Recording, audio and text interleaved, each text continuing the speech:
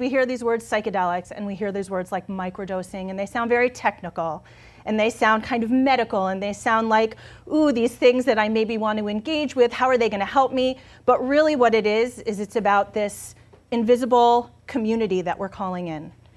The invisible community within us and the invisible community around us, which is our terrain, right? So these are also, this idea of the invisible is something that we don't have a lot of words for, right, in our culture.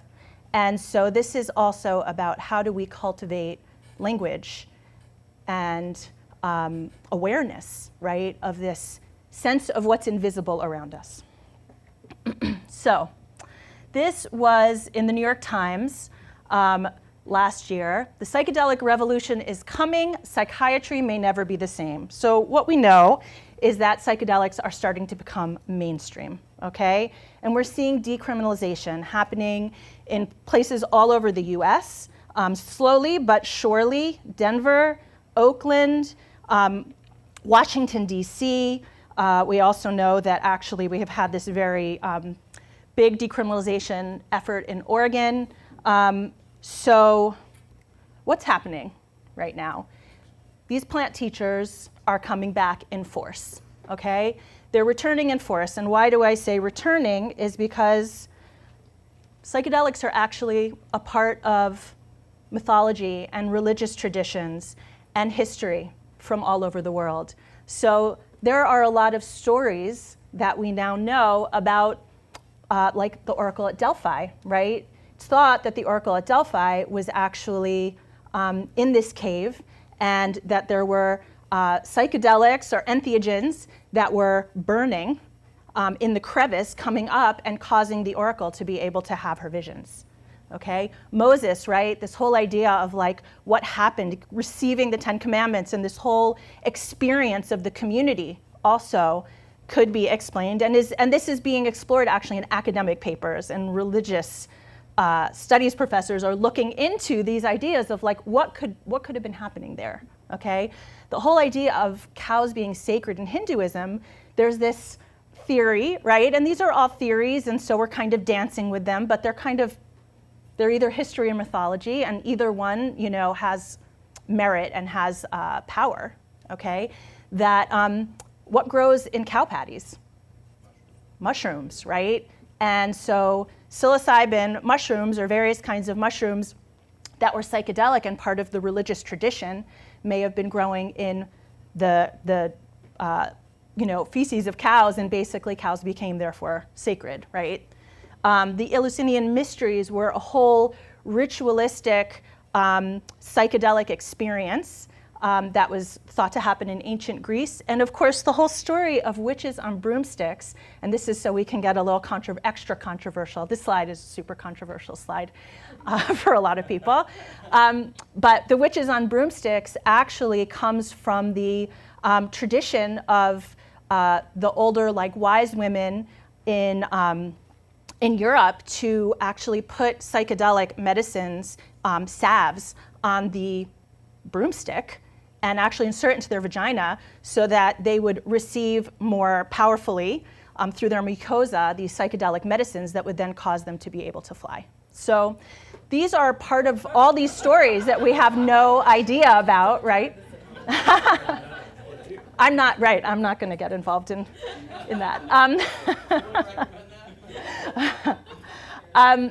So, you know, even this is coming out of, right, like some pretty serious academic scholarship. Was Moses high, right? All of these ideas of like what was actually even happening, right, with Adam and Eve, and eating from the tree of knowledge that they were forbidden to eat from, right? This idea again of like, what was that tree of knowledge? What were they able to see or know that they didn't know before? So this is part of a long-standing history and tradition. But there's been this stigma, right? So why? Part of it is obviously legality, okay? And we'll talk about that in the next slide. And then there's the idea of things that, you know, come from plants, they're primitive, they're from like indigenous, like black, brown, you know, what are they bringing? Are we going to value those things? It's related to heritage and ancestry, which is like not big in Western culture. It also supports the idea of centralization of awareness or waking up in certain ways, which we don't love in a society that really values obedience.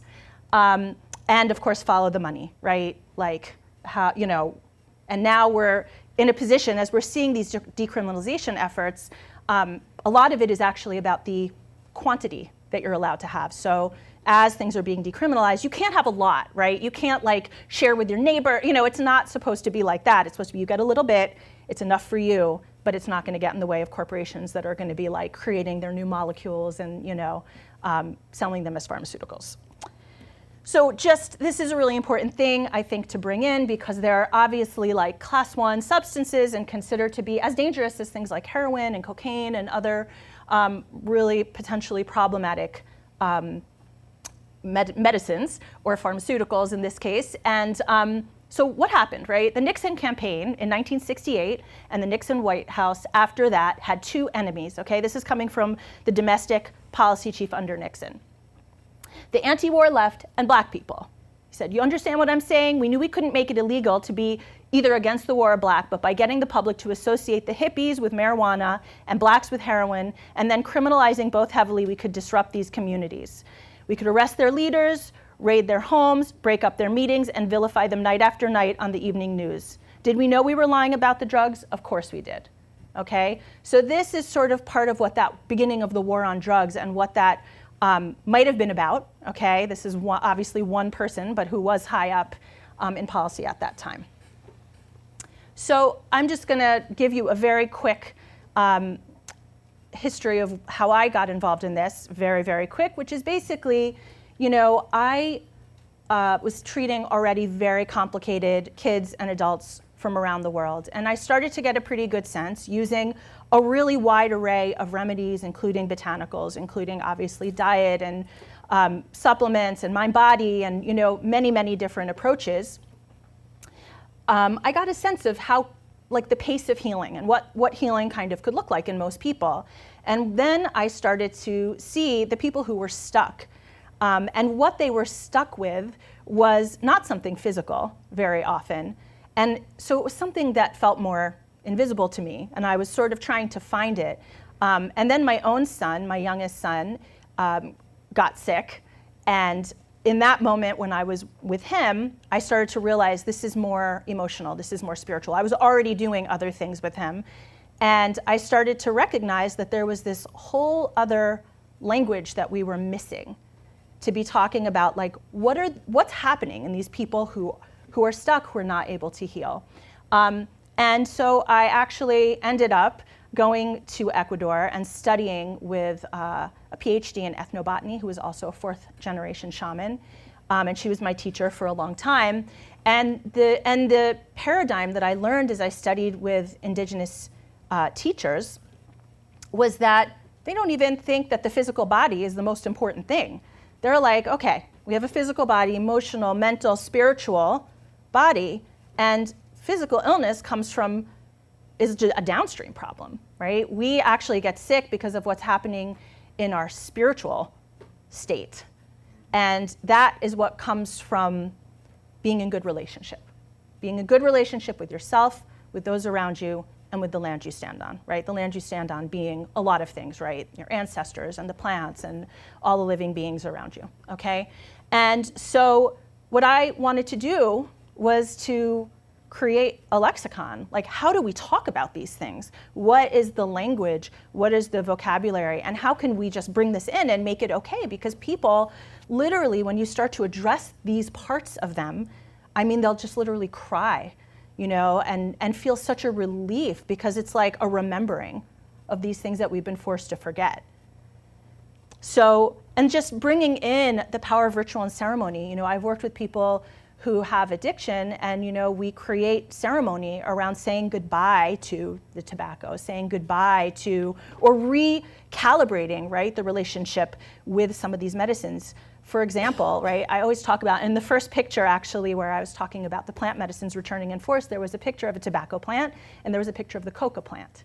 And the coca plant is actually used very widely in Ecuador and in Peru. It's excellent for being at high altitude. I chewed coca leaves when I was in Ecuador, and it helped me with my altitude sickness like within 10 minutes, I was like woozy, I felt nauseous.